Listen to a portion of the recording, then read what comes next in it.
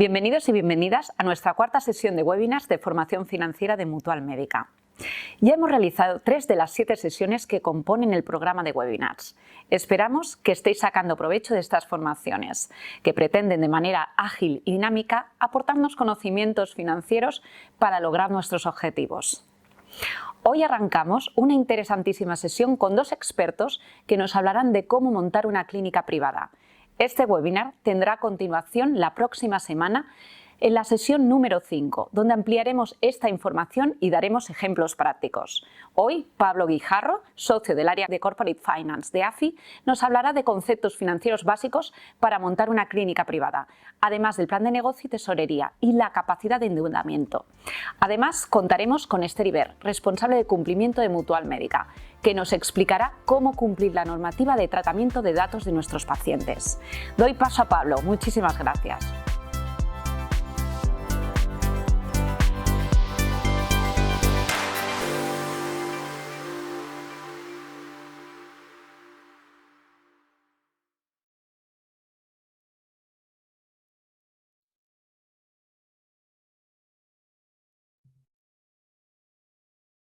Muy buenas tardes, muchas gracias Sandra por tu presentación y a todos bienvenidos a esta cuarta sesión de webinars que estamos manteniendo, que inicia un bloque muy vinculado a aspectos vinculados con la gestión de la clínica, ¿vale? En la sesión de hoy nos vamos a centrar fundamentalmente en 2 temas. Un primer bloque que corresponde a la parte de fundamentos financieros y aspectos contables que debemos tener en cuenta dentro de la gestión, ¿vale? Y en segundo lugar, aspectos vinculados con protección de datos tan en boga en los últimos años. La primera parte, vamos a seguir 4 objetivos fundamentales. Primero de todos ellos es analizar el ciclo de vida que sigue toda empresa, en este caso ciclo de vida que sigue una clínica, y qué elementos pueden resultar determinantes dentro de la evolución exitosa de una empresa. En segundo lugar, nos centraremos en el traslado de la realidad a la contabilidad y sobre todo conocer cuáles son los principales elementos contables o conceptos contables clave que debemos manejar en nuestro día a día y también en la relación, por ejemplo, con entidades financieras, para posteriormente evaluar la importancia de gestionar adecuadamente el dinero efectivo que gestiona o que genera la clínica, mejor dicho, y por último comprender cuáles son los aspectos que una entidad financiera evalúa cuando hacemos una solicitud de una operación de financiación. Entrando en los elementos u objetivos fundamentales que perseguimos con la sesión, hay 4 ideas que nos parecen determinantes para que se mantengan en nuestras cabezas de ahora en adelante. En primer lugar, las empresas, exactamente igual que los seres vivos, nacen, crecen, se reproducen y a veces mueren. Y en esta evolución no solamente importa el talento de quien emprende. En segundo lugar, debemos ser ordenados en la gestión para evitar problemas. Es crítico dimensionar las necesidades que tiene nuestro negocio para evaluar adecuadamente qué recursos necesitamos para llevar a cabo el mismo. En tercer lugar, como señalábamos anteriormente, el efectivo es igual de importante que la sangre para el sistema circulatorio. Una empresa que no genera efectivo es como un cuerpo que no bombea sangre. Difícilmente puede sobrevivir. Y por último, debemos comprender que la deuda es una herramienta más, pero no es la única palanca para acceder a recursos con los cuales financiar el desarrollo de la actividad. Como comentaba al principio, dentro de lo que es la evolución o la gestión de la empresa, tenemos que tener en cuenta que todas las empresas tienen un ciclo de vida. Y en el ciclo de vida, exactamente igual que sucede con las personas, comentaba anteriormente, asistimos a nacimientos, asistimos al crecimiento, asistimos en ocasiones a la reproducción y en contadas ocasiones, pero probablemente más de las que todos desearíamos, a muertes. La diferencia fundamental entre una persona y una empresa es que la empresa bien gestionada puede trascender, puede sobrevivir a las personas. Las personas, desgraciadamente, tenemos una vida que siempre es finita, pero una empresa bien gestionada puede suceder generación tras generación. Así, tenemos varios ejemplos de ciclos de vida exitosos que empiezan con el desarrollo de una pequeña idea, que puede ser el establecimiento de terapias revolucionarias o el establecimiento de nuevos sistemas de apoyo para enfermedades musculares, que posteriormente estas empresas crecen, ¿de acuerdo? Se expanden, ampliando su actividad a otros países, a otros negocios similares o periféricos. Y por último, empresas que son capaces de ir absorbiendo otras empresas o que son capaces de crecer mediante la compra o alianza con otras empresas. Este sería el ciclo que cualquier emprendedor imagina cuando crea una empresa. Como señalaba anteriormente, no debemos regirnos por el cuento de la lechera porque a veces en lugar de terminar en verde, podemos terminar en rojo. Podemos nacer, podemos crecer, pero podemos descuidarnos por el camino. La empresa se puede descuidar, no todas las empresas tienen éxito, no todas las empresas generan beneficios y lo que es más importante, no todas las empresas o no todas las clínicas, a pesar de generar beneficios, son lo suficientemente rentables como para compensar a sus propietarios por su apertura. Por lo tanto, es crítico que tengamos en la cabeza un adecuado dimensionamiento y una adecuada toma de decisiones para evitar encontrarnos con problemas de gestión. Como comentaba al inicio, el desarrollo de un negocio no solamente tiene que ver con el talento de quienes lo llevan. Evidentemente, tener un equipo talentoso, tener un equipo bien formado para prestar, en este caso, un servicio sanitario, un servicio clínico, resulta de capital importancia, puesto que aquellas personas que no están formadas en este ámbito difícilmente podrán llevar a cabo un negocio tan vinculado o tan crítico para la salud de las personas.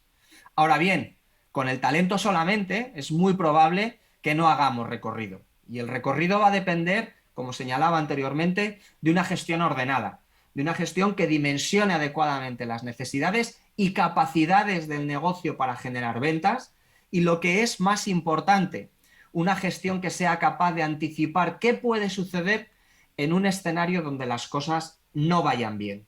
Cuando las cosas van bien, todos los números salen. El problema es cómo gestionar cuando los números no salen. Y ese precisamente es uno de los valores de una gestión ordenada. Ser capaces de adelantarnos a los problemas para evitar introducir en esos mismos problemas a nuestros socios, a nuestros proveedores, a nuestros financiadores, a nuestros trabajadores, etc. Por lo tanto, cuando hablamos de dimensión, cuando hablamos de montaje, tenemos que tener muy presente que la inversión que hagamos y la financiación a la que recurramos van a estar estrechamente ligadas entre sí y probablemente sea capital establecer una adecuada vinculación entre ambas. Desde el punto de vista real, las dos preguntas que nos haríamos serían: ¿qué recursos necesito para desarrollar la actividad? ¿Y de qué recursos o de qué dinero dispongo para emprender? No puedo emprender una actividad que es más grande que los recursos de los que dispongo. ¿De acuerdo?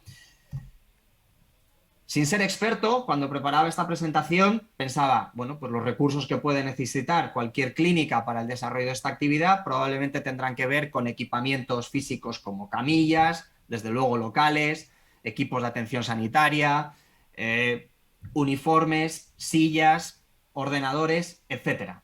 Pero también vamos a necesitar, además de ese equipamiento, digamos, de gran dimensión o de gran entidad, otras cosas que forman parte del día a día. Guantes, vasos de plástico, gasas, mascarillas, papel protectivo de las camillas, agua, etcétera. Es decir, una serie de factores que vamos a ir consumiendo, que vamos a ir empleando en la prestación del servicio o en la realización de los tratamientos.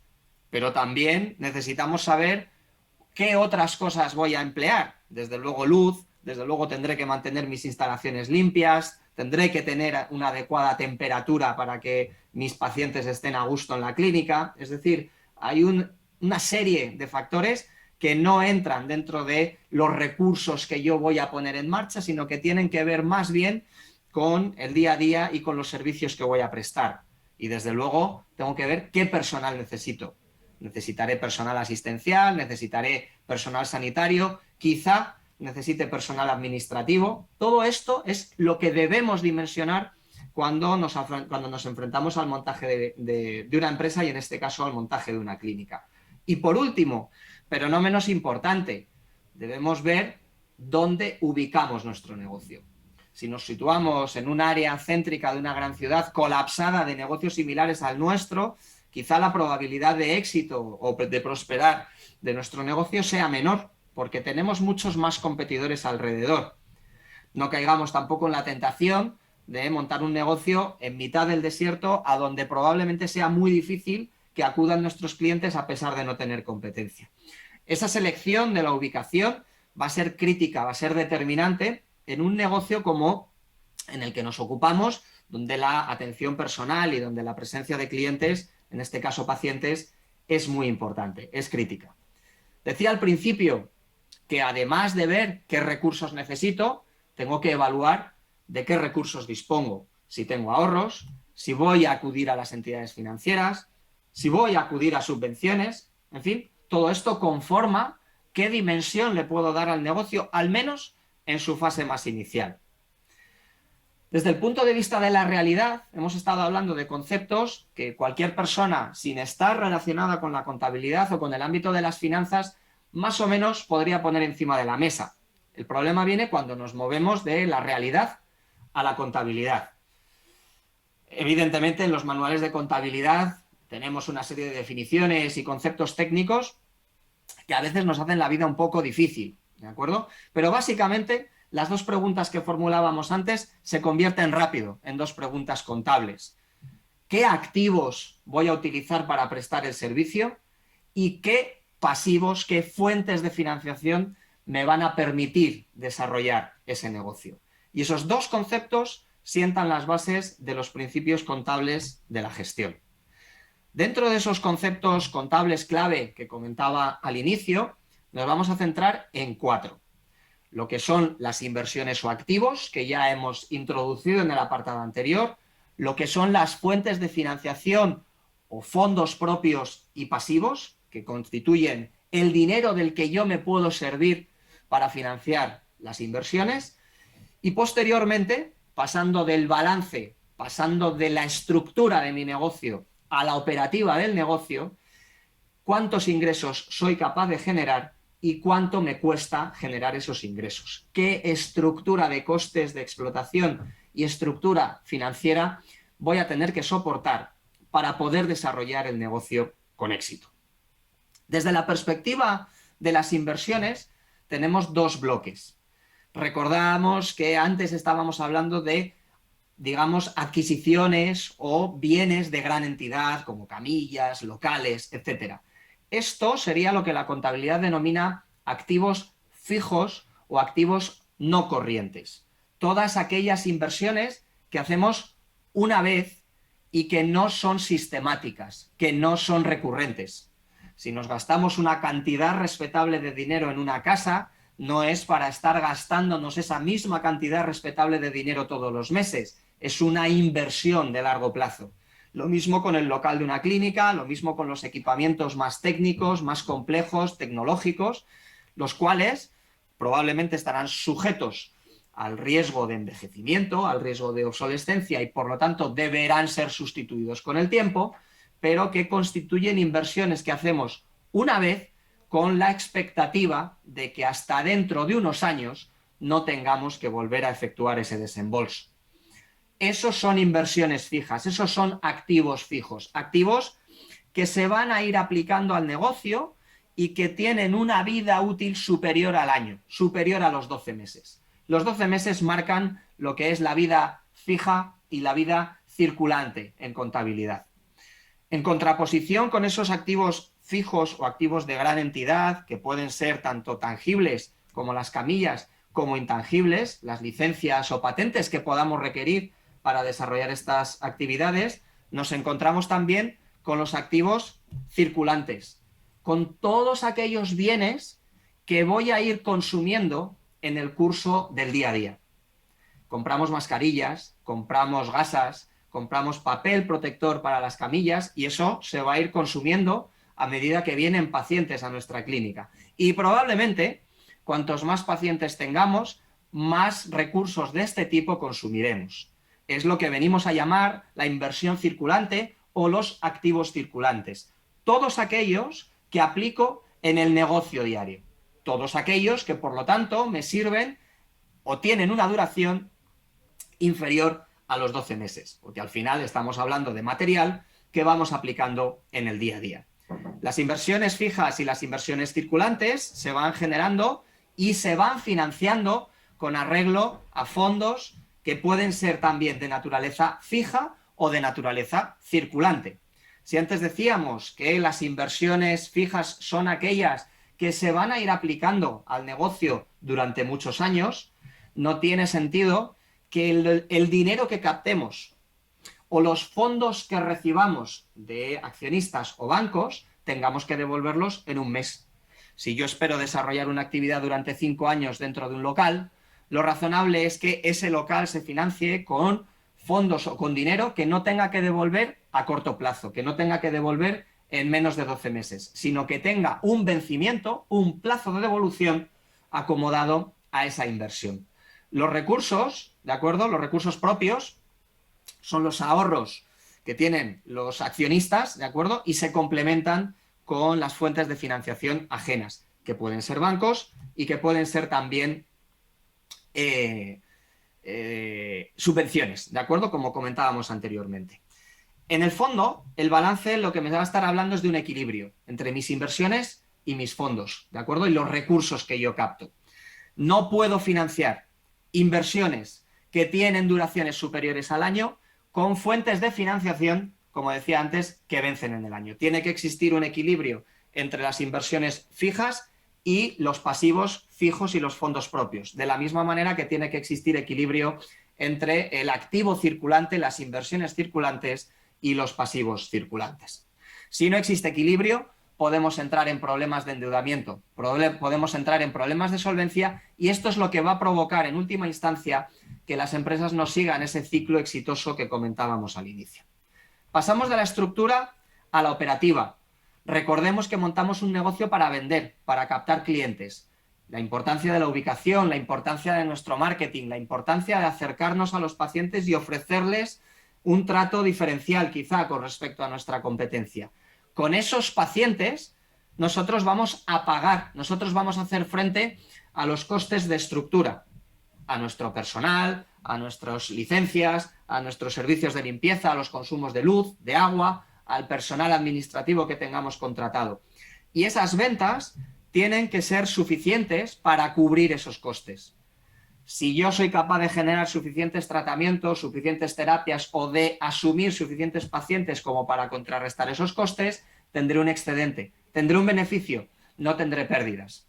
Y este beneficio tiene que ser suficiente, no solo para contrarrestar los costes, sino también para generar rentabilidad. Tenemos distintos niveles de costes, tenemos distintos niveles de resultados. Tendremos resultados brutos, aquellos que están íntimamente vinculados con la prestación del servicio y los costes directos de ese servicio. Tendremos un resultado de explotación que tiene en cuenta nuestras ventas y todos los costes de explotación, personal, alquileres, gastos de limpieza, gastos de mantenimiento, luz, etcétera. Y tendremos un resultado neto de nuestra actividad que incorpora todos los gastos financieros en los que incurrimos para captar esos fondos. El objetivo, que todas estas líneas sean positivas y suficientemente positivas para compensar al accionista o para ofrecerle rentabilidad al que compromete sus recursos en el desarrollo del negocio. Y en este caso, la reflexión es bien sencilla. Si nos preguntaran qué expectativa de rentabilidad le exigiríamos como mínimo a cualquier actividad empresarial, tenemos que pensar en aquellos rendimientos en los cuales no tengo problemas burocráticos, administrativos, laborales, fiscales, etc. Es decir, ¿qué rentabilidad obtengo simplemente comprándome una letra del Tesoro? La rentabilidad de las letras del Tesoro a día de hoy está en el 2% a un año o en el 4% a 10 años. Esto quiere decir que si un negocio no es capaz de generar una rentabilidad superior a estos valores, difícilmente podremos convencer a un accionista de que invierta dinero en nuestra clínica o en nuestro proyecto. Eso es el concepto de rentabilidad. Y conjuntamente con la cuenta de resultados tenemos que tener muy presente la tesorería. Señalaba anteriormente que el sistema circulatorio es el mejor reflejo de cómo impacta la tesorería en el funcionamiento de la empresa. Una empresa que no genera liquidez, que no genera dinero, no es capaz de sobrevivir. ¿Esto qué quiere decir? que no es lo mismo emitir una factura que cobrarla y que nuestro objetivo tiene que ser tener clientes que nos paguen, no tener clientes que vengan a la clínica, sino clientes que nos paguen. De la misma manera que tenemos que ser capaces de pagar a nuestros proveedores, a nuestros empleados, a nuestros bancos y a Hacienda. Y a Hacienda hay que pagarle dinero contante y sonante. Por lo tanto, crítico y fundamental, gestionar el negocio de tal manera que seamos capaces de cobrar muy rápido y tratar de pagar tarde, sin penalizar a todos aquellos que nos acompañan en el servicio, ya sean empleados, ya sean proveedores o ya sean financiadores. A este respecto, es especialmente útil el plan de tesorería, en el cual, como tenemos recogido dentro de la presentación, lo que vamos a ilustrar es cómo cobramos mes a mes y cómo tenemos que pagar mes a mes. Esto es fundamental para evaluar situaciones de tensión en el negocio y para anticiparnos a problemas que puedan tener que ver con insuficiencia de la tesorería que se genera en la prestación del servicio. Recomendamos el empleo de este tipo de herramientas que no son complejas para planificar adecuadamente la visión futura del negocio. Y para concluir, no perdamos de vista que cuando nos enfrentamos a una petición de financiación a un banco, el banco va a escrutarnos, va a ver cómo de buena es nuestra idea, va a ver cómo de bueno es el fundamento financiero de esa idea, va a evaluar el objeto de la financiación que le pedimos, cómo estamos montando el negocio, qué competencia tenemos, qué riesgos existen, si los hemos tenido en cuenta. Al final nos vamos a centrar o se va a centrar la entidad financiera en esos componentes. El objeto de la financiación, cuál es el cliente que pide y cuál es el entorno de ese cliente, a qué plazo quiere la financiación, cómo va a repagar, de dónde va a salir el dinero para repagar la financiación y, por último, qué garantías existen para compensar, en este caso, al financiador en aquellos casos en los cuales el escenario optimista, el escenario bueno de pervivencia del negocio no se cumple. Ninguna entidad financiera quiere ejecutar ninguna garantía, pero la existencia de garantías muchas veces ayuda a que estas operaciones se lleven a cabo. Como conclusión, recordemos tres aspectos fundamentales. Los estados financieros son una herramienta que nos ayuda a tener una visión clara de los equilibrios del negocio. La tesorería es capital. De nada me sirve tener un negocio que vende pero no cobra o que gasta mucho dinero pero no es capaz de pagar bien a sus proveedores. Y por último, tengamos en cuenta que el orden y el seguimiento que hagamos del negocio en muchas ocasiones va a ser mucho más importante que dispongamos de muchísimos títulos universitarios en relación con la materia o con la idea que pretendemos desarrollar empresarialmente.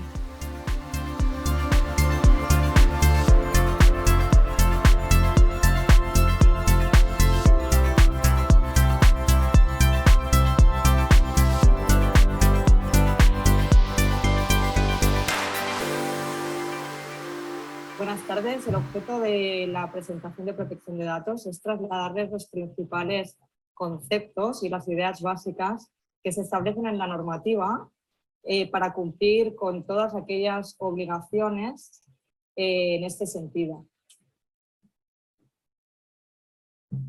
¿Qué es un dato de carácter personal? Un dato de carácter personal es toda aquella información sobre una persona física que identifica esa información. Por ejemplo, pues todo lo que serían nombre y apellidos, dirección, teléfono, DNI, número de tarjeta sanitaria, las huellas incluso también son datos de carácter personal, todo lo que sería las direcciones IP también son datos de carácter personal. ¿Qué es un dato de salud? Un dato de salud son todos aquellos datos personales relativos a la salud física o mental de una persona y que por tanto pueden conllevar el almacenamiento de datos genéricos, biométricos, dirigidos a identificar a una persona física, datos relativos de salud, vida, orientación sexual. ¿Qué es una historia clínica? Una historia clínica también es el conjunto de datos personales que conlleva toda la agrupación de situación y evolución clínica de un paciente a lo largo de todo el proceso asistencial. La figura del encargado de tratamiento en protección de datos serían todos aquellos proveedores o todos aquellos terceros que en el ámbito de la clínica van a poder acceder a datos personales, bien de los pacientes o bien de los trabajadores o de cualquier otro dato que se almacene en la actividad de una clínica y que vayan a poderlos tratar para realizar una prestación de servicios. Por ejemplo, las gestorías para las cuales nos van a realizar las nóminas, los proveedores de las páginas web que van a tener acceso a formularios digitales. Todo esto serían encargados del tratamiento. ¿Quién es el responsable del tratamiento que define la normativa de protección de datos? Es toda aquella empresa que recoge datos personales y que tiene la obligación de informar al titular de los datos qué va a realizar sobre los mismos y obtenerlos de una manera legítima. Por último, tenemos otro concepto básico que es quién es el supervisor o quién es el responsable de emitir sanciones o verificar los procedimientos de la normativa de protección de datos, que es la Agencia Española de Protección de Datos. ¿Cuáles son las principales obligaciones que debe cumplir una clínica a nivel práctico en materia de protección de datos? Por un lado, estaría todo lo que sería la elaboración de políticas internas de privacidad y cláusulas informativas que lo que permitan es actuar de manera transparente e informar al titular de los datos sobre para qué se van a utilizar, hasta cuándo se van a poder utilizar y qué finalidades van a conllevar ese tratamiento de datos. También es importante en este apartado tener políticas internas de formación a los empleados de la clínica para que sepan qué uso, qué tratamiento y qué medidas de seguridad van a tener que poner sobre esos datos personales. Por eso es muy interesante también tener códigos de buenas prácticas en esta materia. Por otro lado, la normativa vigente de protección de datos, que como sabrán hubo un cambio desde la entrada en vigor del Reglamento Europeo de Protección de Datos y la normativa actual, también española, la Ley de Protección de Datos y Derechos Digitales, supuso un paso más en la obtención del consentimiento por parte del titular de los datos. Por tanto, en ese sentido, necesitaríamos en todas aquellas recogidas de datos que realicemos en lo que sería la consulta, que el paciente nos dé el consentimiento en la recogida del tratamiento de los mismos. Principalmente, si la recogida y el tratamiento de esos datos va a ser para la actividad asistencial y se informa en las propias cláusulas, no habría ningún tipo de cláusula adicional o cheque adicional que necesitáramos añadir. Pero si nosotros en nuestra consulta queremos aprovechar ese contacto, ese dato inicial, o incluso todavía no llega a ser paciente o cliente, para hacer envíos de información comercial o envíos de publicidad, o bien incluso para hacer recordatorios de citas o recordatorios o información que se le pueda enviar al paciente de interés. En todos estos aspectos sí que la finalidad del tratamiento de los datos se excede de la mera recogida para que sea visitado o para que pueda ser tratado a nivel de salud. Y por tanto, sí que en esos aspectos deberíamos recabar un consentimiento expreso por parte del cliente. ¿Cómo se realiza esta captación del consentimiento expreso por parte del cliente? Pues bien, en los formularios de recogida de datos, bien sean presenciales o bien sean en formato online, recabando esta autorización expresa del titular de los datos. Otro aspecto que está en lo que sería la llevanza de una consulta es que la mayoría de veces las consultas en los centros médicos disponen de una página web para poder informar de los servicios que llevan a cabo. En esta página web se tienen que tener en cuenta una serie en el diseño con el proveedor que lo lleva a cabo, de avisos legales y de política de privacidad y de cookies que se contemple en los footers de los pies de página, en la que informen de forma transparente al cliente o en este caso a los pacientes de los ámbitos de actuación que se va a realizar dentro de la clínica o del centro en cuanto a los datos personales. Igualmente es muy importante que en la página web esté destacada la metodología por la cual los titulares de los datos van a poder ejercer esos derechos que prevé la normativa. Anteriormente esos derechos eran los derechos ARCO conocidos, que era el derecho de acceso, el derecho de cancelación, de rectificación y de oposición. Con la entrada en vigor del Reglamento Europeo de Protección de Datos de la actual normativa, esos derechos han visto aumentados, por lo cual, aparte de los ya anteriormente citados, habrían otros derechos adicionales como la limitación del tratamiento o el derecho del olvido.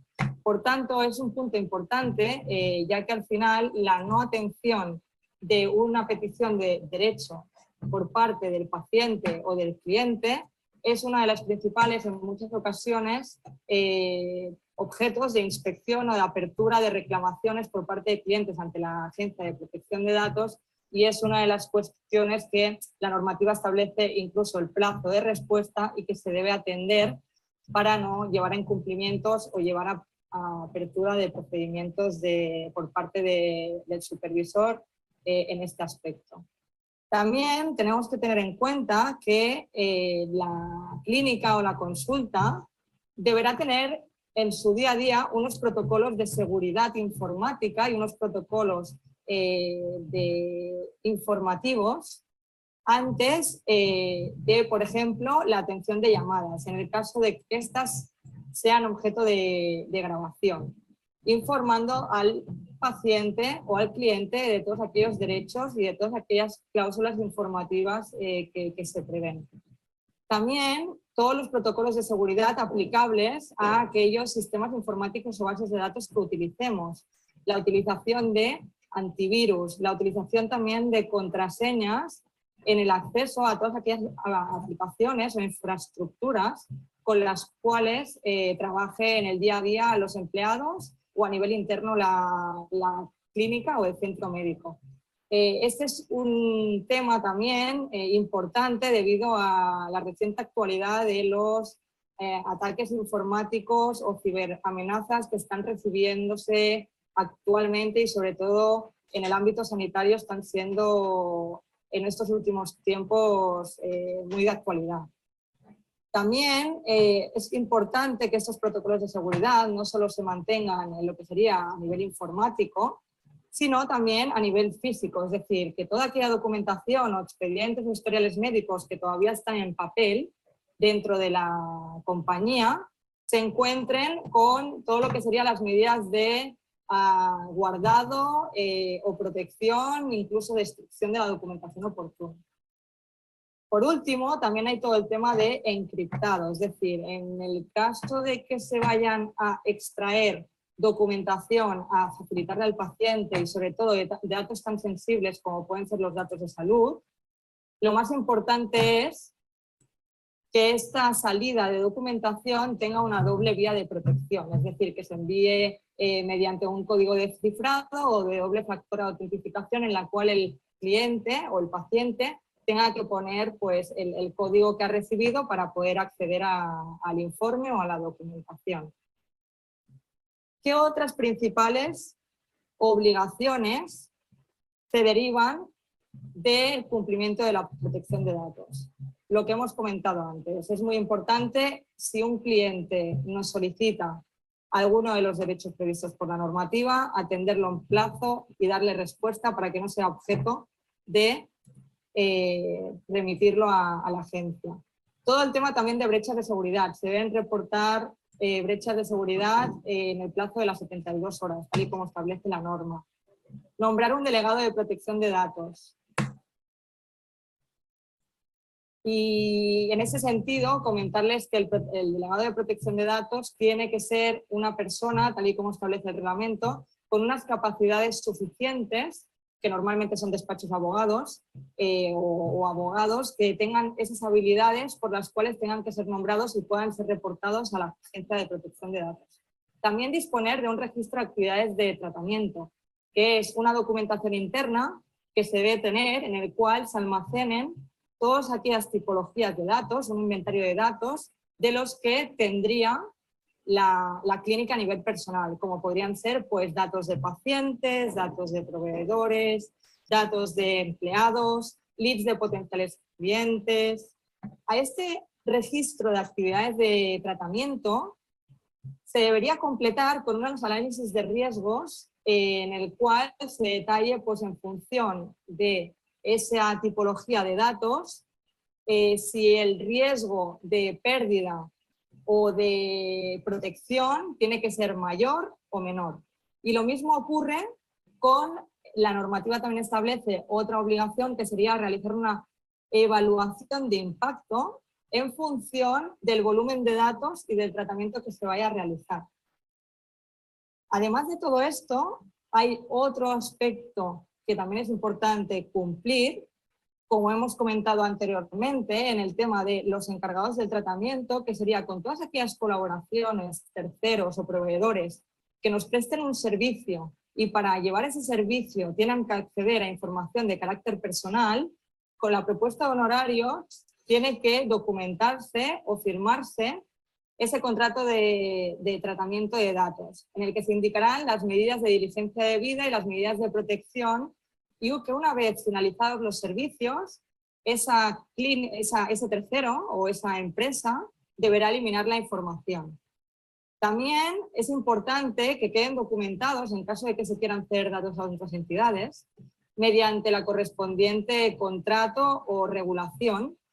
En el caso de la cesión de datos es distinto al caso anterior, porque no es tanto porque haya un servicio a prestar por el cual tengan que acceder a esos datos, el tercero, sino que dos empresas se ponen de acuerdo para intercambiarse esa información de carácter personal.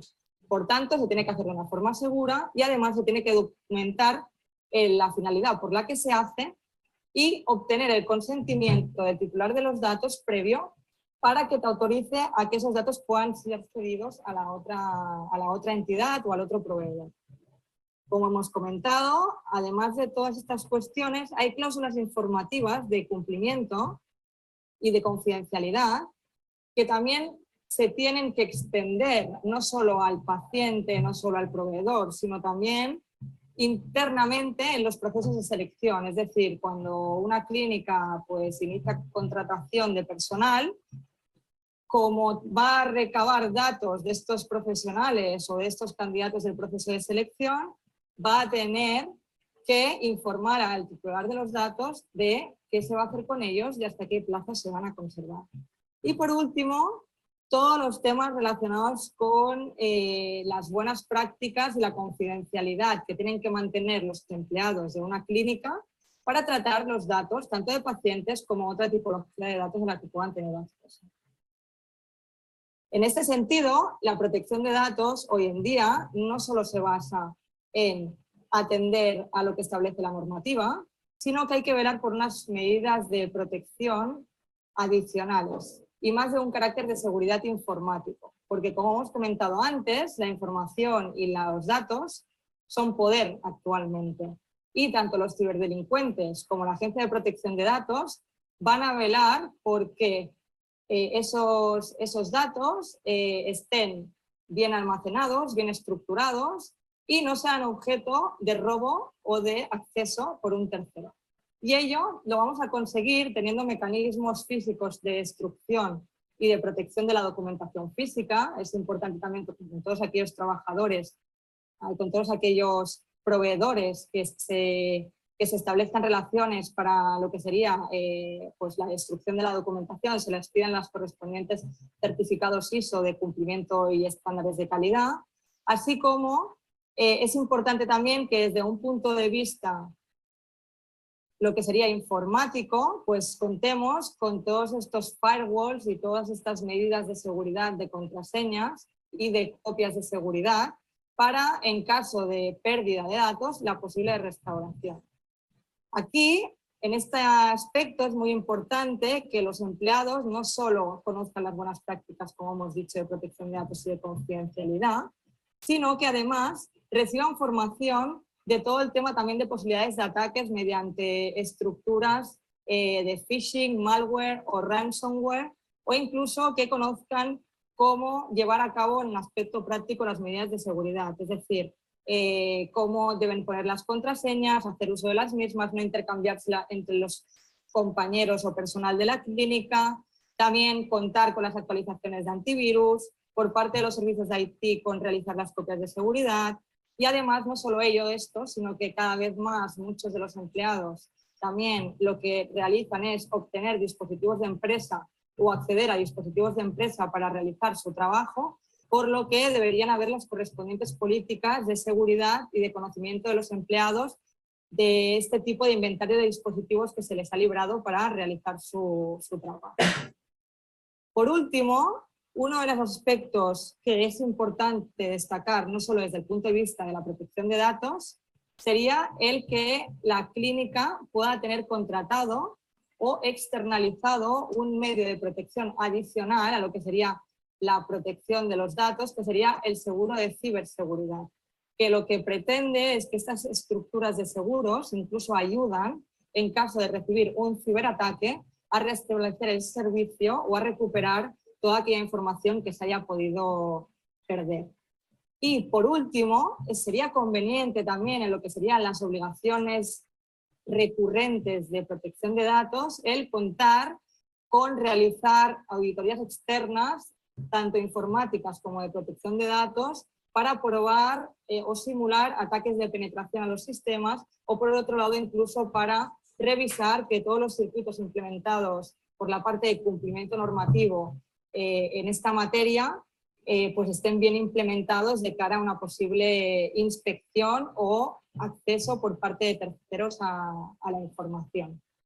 Simplemente, para conclusión de esta presentación, ponerles estos links o trasladarles que en la página de protección de datos de la Agencia Española se ha trabajado desde un punto de vista práctico para que puedan consultar estas guías y, por un lado, tener una guía de cómo realizar estas cláusulas informativas hacia el cliente o hacia el paciente, que sería la guía para el cumplimiento del deber de informar. Por otra parte, por todo lo que sería más a nivel interno, la gestión de la protección de datos, la guía para tratar los datos de pacientes y usuarios en el ámbito de la sanidad. Y por último, comentarles también que habría una sección incluso dentro de la Agencia de Protección de Datos específica para la salud, en la que incluso hay un decálogo de recursos para focalizarlo más en el cumplimiento de la normativa desde un punto de vista sanitario.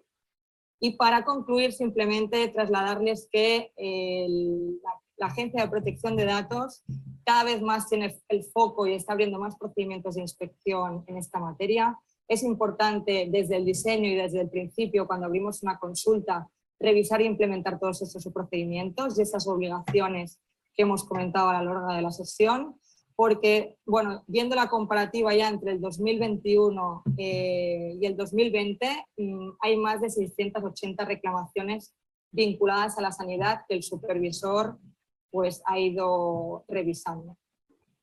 Y esto sería todo para acabar la presentación. Un placer y muchas gracias por la atención.